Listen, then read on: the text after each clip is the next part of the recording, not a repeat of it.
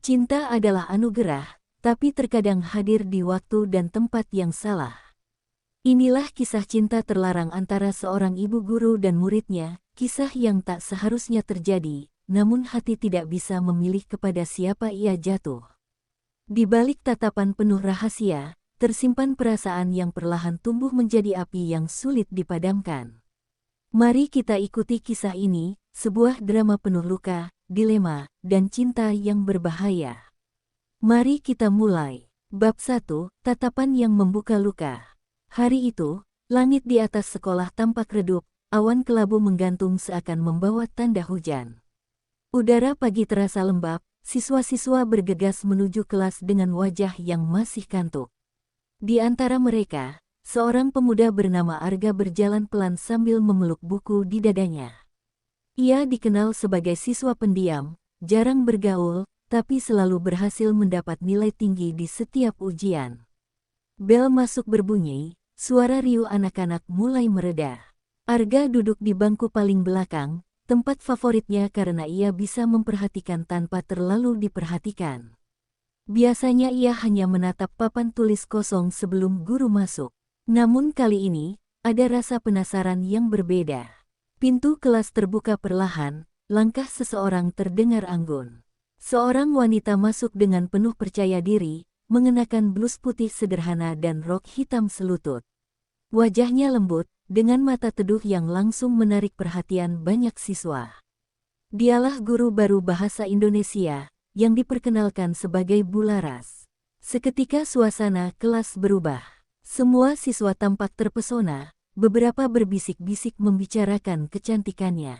Namun hanya Arga yang menatap dengan cara berbeda, bukan sekadar kagum, tapi seolah tersedot ke dalam auranya.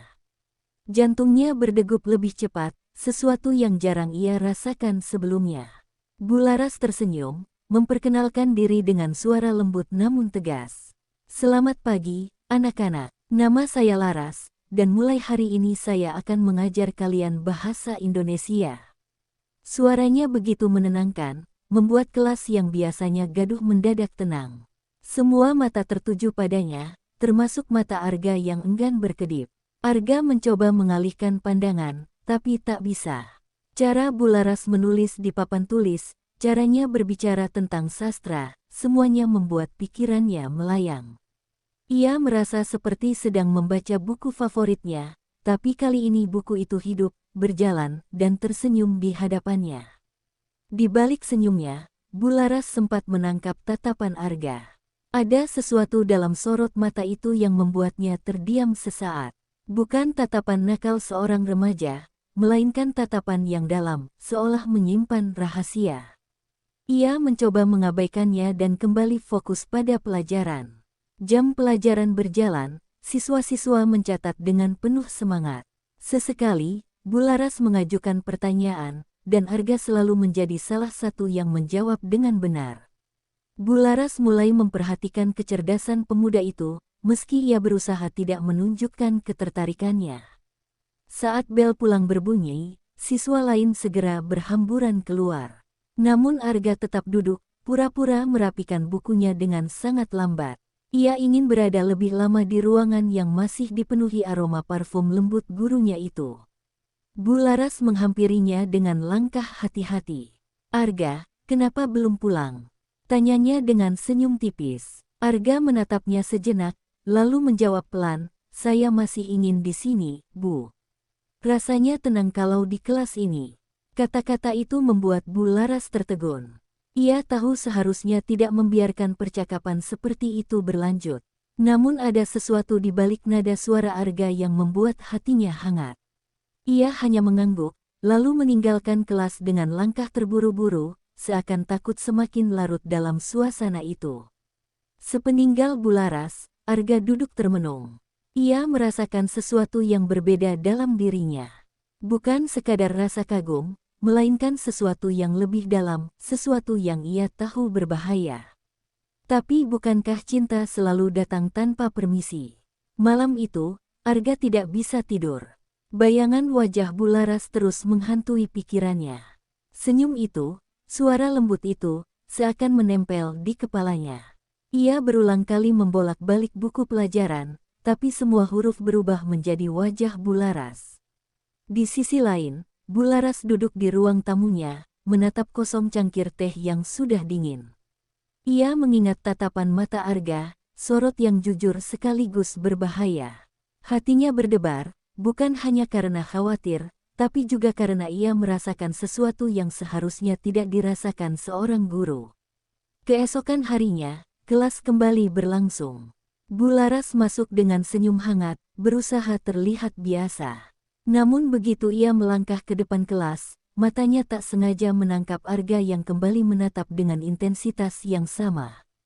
Ia mencoba menghindar, fokus menulis di papan tulis. Tapi setiap kali menoleh, tatapan itu masih ada, tidak goyah sedikit pun. Seolah Arga ingin menyampaikan sesuatu yang tak bisa diucapkan dengan kata-kata. Di dalam hati, Bularas mulai merasa rapuh. Ia tahu posisinya rentan, ia tahu betul batas yang harus dijaga. Tapi hati manusia tak selalu tunduk pada aturan. Ia mulai merasakan getaran yang aneh, campuran antara takut dan bahagia. Arga semakin bersemangat mengikuti pelajaran. Ia mulai mencari alasan untuk bertanya meski sudah tahu jawabannya. Kadang ia pura-pura salah hanya untuk mendapat koreksi langsung dari Bularas. Semua usahanya hanyalah agar bisa mendengar suara lembut itu lebih lama. Beberapa siswa mulai menyadari bahwa Arga terlihat berbeda. Biasanya ia diam, tidak peduli, tapi kini ia aktif, bahkan terlihat bersinar setiap kali Bularas ada di kelas. Beberapa temannya menertawakan perubahan itu, namun Arga tidak peduli. Bularas juga menyadari hal yang sama. Namun ia memilih diam, berusaha tetap profesional. Setiap kali Arga terlalu menatapnya, ia akan menegur dengan tatapan tegas, meski jauh di dalam hatinya ia merasa tersanjung. Hari demi hari, benih itu semakin tumbuh. Sebuah benih yang seharusnya dipadamkan sejak awal. Tapi bagaimana mungkin, jika setiap detik di kelas terasa seperti menit berharga yang tidak ingin dilewatkan? Pada suatu siang, saat siswa lain keluar untuk istirahat, Arga kembali sengaja tertinggal. Ia duduk sambil berpura-pura menulis, padahal hanya menunggu kesempatan. Bularas yang sedang membereskan kertas ujian menyadari keberadaannya. "Kamu tidak ke kantin, Arga?" tanyanya sambil menoleh. Arga hanya tersenyum, menunduk sebentar, lalu menjawab, "Saya lebih suka di sini, Bu. Kalau Ibu nggak keberatan." Bularas terdiam sejenak, lalu kembali menghadap kertas-kertasnya. Namun dalam hati, ia merasakan sesuatu yang sulit dijelaskan. Ia bisa saja mengusir Arga keluar, tapi entah mengapa ia tidak melakukannya. Hening yang tercipta membuat suasana semakin intens. Suara jam dinding berdetak lambat, seakan memperpanjang detik-detik yang mereka lalui bersama. Arga memberanikan diri menatap wajah Bularas lebih lama. Tatapan itu membuat Bularas gugup. Ia bisa merasakan pipinya memanas, seakan tertangkap basah menyimpan sesuatu yang seharusnya tidak ada. Ia buru-buru berdiri, berjalan ke arah jendela untuk mengalihkan perhatian. "Arga, kamu anak pintar. Jangan sampai perasaanmu mengganggu pelajaran," ucapnya tiba-tiba. Kalimat itu terdengar janggal, seakan lahir dari ketakutan yang tidak ingin ia akui. Arga terdiam, menatap meja, lalu berkata pelan, "Saya tidak tahu kenapa, Bu. Tapi setiap kali Ibu ada, rasanya semua terasa berbeda." Kalimat sederhana itu menusuk hati Bularas. Ia ingin memarahi, ingin menghentikan percakapan itu, tapi lidahnya keluh. Yang keluar justru hanya helaan napas panjang. Ia merasa seperti terjebak dalam labirin yang semakin sulit ditinggalkan. Sejak hari itu, Bularas berusaha menjaga jarak. Namun tatapan Arga selalu mengikuti, bahkan ketika ia tidak ingin melihat. Tatapan itu menghantui, membuat hatinya bergetar sekaligus takut. Arga tidak menyerah. Ia selalu mencari cara agar bisa dekat, entah lewat tugas tambahan, entah lewat buku yang sengaja ia pinjamkan.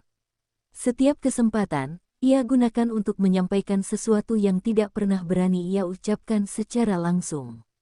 Di rumah, Bularas semakin sering termenung. Ia tahu dirinya sudah melangkah di jalan yang salah. Tapi di setiap doa malamnya, bayangan Arga selalu muncul, seakan menolak untuk pergi. Waktu terus berjalan, dan hubungan mereka masih terjebak dalam diam yang penuh rahasia. Tidak ada yang berani mengucapkan cinta, tapi setiap tatapan, setiap senyum, sudah cukup menjadi bahasa yang hanya mereka mengerti. Matahari sore sering menjadi saksi. Ketika kelas sepi, ketika cahaya jingga masuk melalui jendela, Arga selalu duduk lebih lama, menatap Bularas yang membereskan buku. Dan di balik sikap tenangnya, hatinya berteriak bahwa ia jatuh cinta. Bularas tahu itu, tapi ia memilih berpura-pura tidak tahu. Ia takut mengakui, karena pengakuan berarti kehancuran. Namun semakin ia menolak, semakin kuat rasa itu menguasai dirinya. Hari-hari berikutnya terasa semakin berat. Setiap masuk kelas, Bularas berusaha menegakkan diri. Namun setiap kali bertemu mata dengan Arga, bentengnya runtuh, meski hanya sekejap. Arga pun semakin yakin dengan perasaannya. Ia tahu ini gila, ia tahu ini salah, tapi cinta tidak mengenal logika. Baginya, Bularas bukan sekadar guru, melainkan cahaya yang menerangi hidupnya. Dalam keheningan malam, Arga sering menulis puisi. Setiap baitnya tentang Bularas, tentang senyum yang ia rindukan, tentang tatapan yang membuatnya hidup.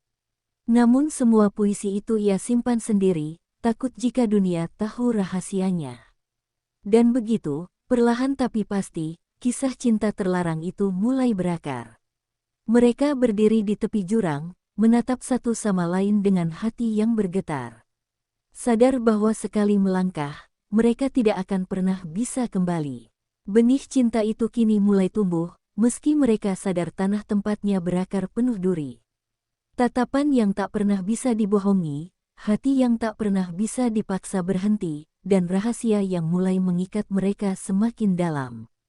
Namun, sampai kapan mereka bisa menyembunyikan perasaan ini?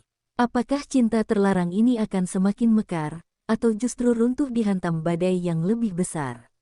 Semua jawabannya akan terungkap di bab berikutnya.